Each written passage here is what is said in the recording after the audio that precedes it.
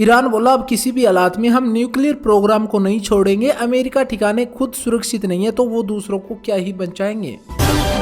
बंगाल में 8 exit poll में से 6 में भाजपा सरकार आ रही है। वहीं असम में बीजेपी तो तमिलनाडु में डीएमके की वापसी होती हुई दिखाई दे रही है।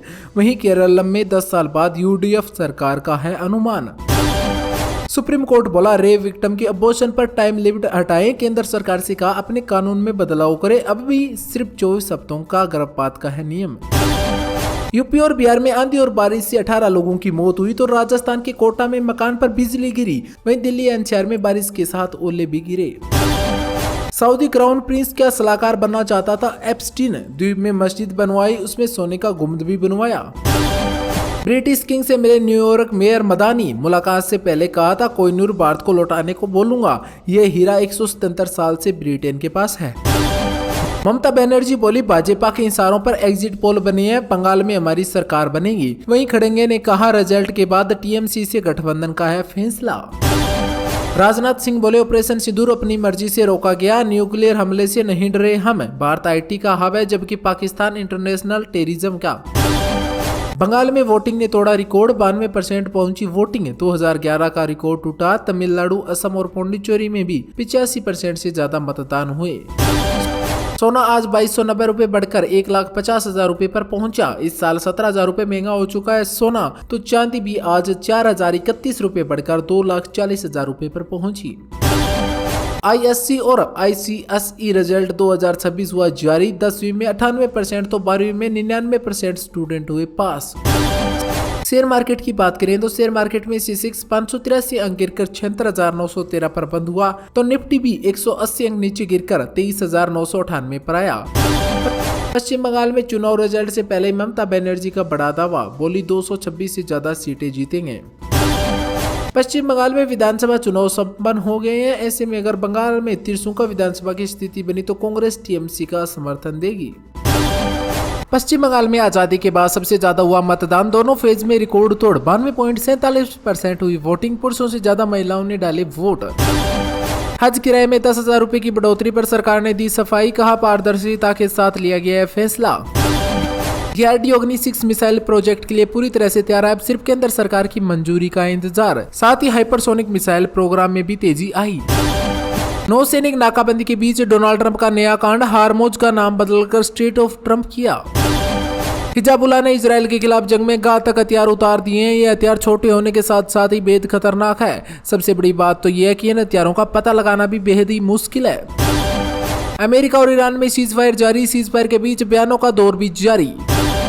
डिफेंडर से घूमने निकले प्रेमानंद जी महाराज तो सड़कें चूमने लगे श्रद्धालु, होश उड़ा देगा ये वायरल वीडियो।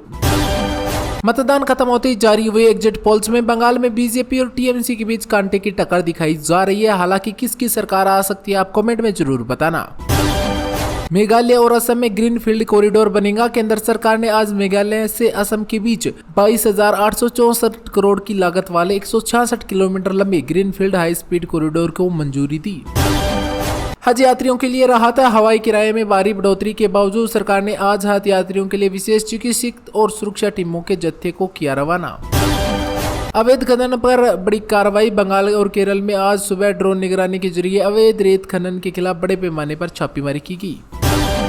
बेंगलुरु में एक कार्यक्रम के दौरान प्रकाश राज ने उमर खालिद की रिहाई की मांग को लेकर सरकार पर साधा निशाना। पवन खेड़ा को बड़ी राहत, सुप्रीम कोर्ट ने आज पवन खेड़ा की अंतरिम जमानत को बरकरार रखा और पासपोर्ट मामले में गिरफ्तारी पर सवाल उठाए। पंजाब में नशे के खिलाफ बीजेपी की नई यात्रा के लिए कैप्टन अरमिंदर सिंह ने आज ब्लूप्रिंट पेश किया।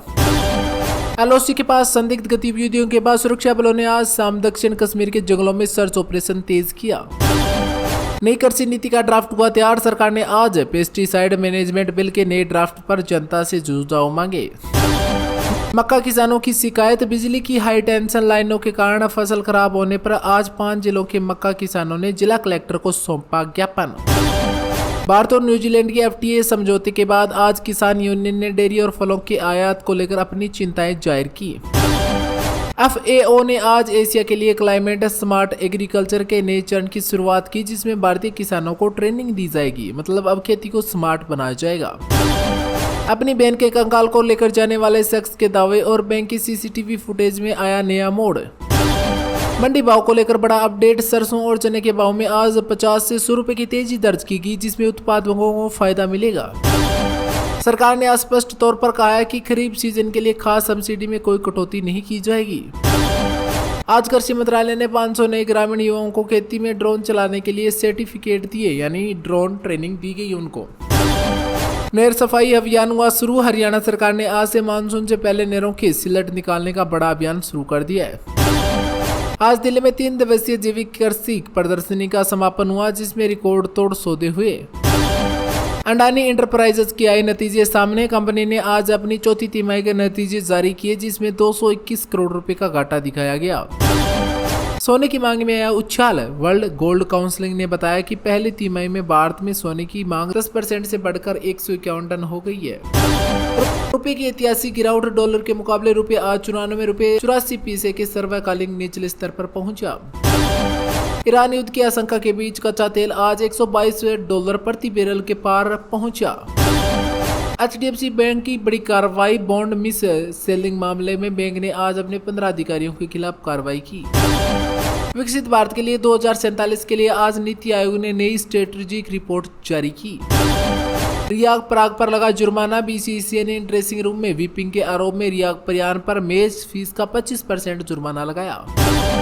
वैभव सूर्यवंशी की चर्चा। आज आइसलैंड क्रिकेट ने वैभव के बल्लेबाजी पर पाकिस्तानी विशेषज्ञों की AI चिप वाली टिप्पणी का मजाक उड़ाया।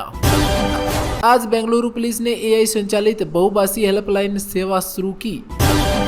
करिश्मा कपूर के बच्चों को मिली राहत। दिल्ली हाई कोर्ट ने आज संजय कपूर की संपत्ति को फ्रीज कर दिया, जिसमें बच्चों के हक को सुरक्षा मिलेगी। हीटवेव को लेकर येलो अलर्ट जारी। मौसम विभाग ने आज राजस्थान के रावतबाटा और आसपास के इलाकों के लिए भीषण लू का अलर्ट जारी किया है।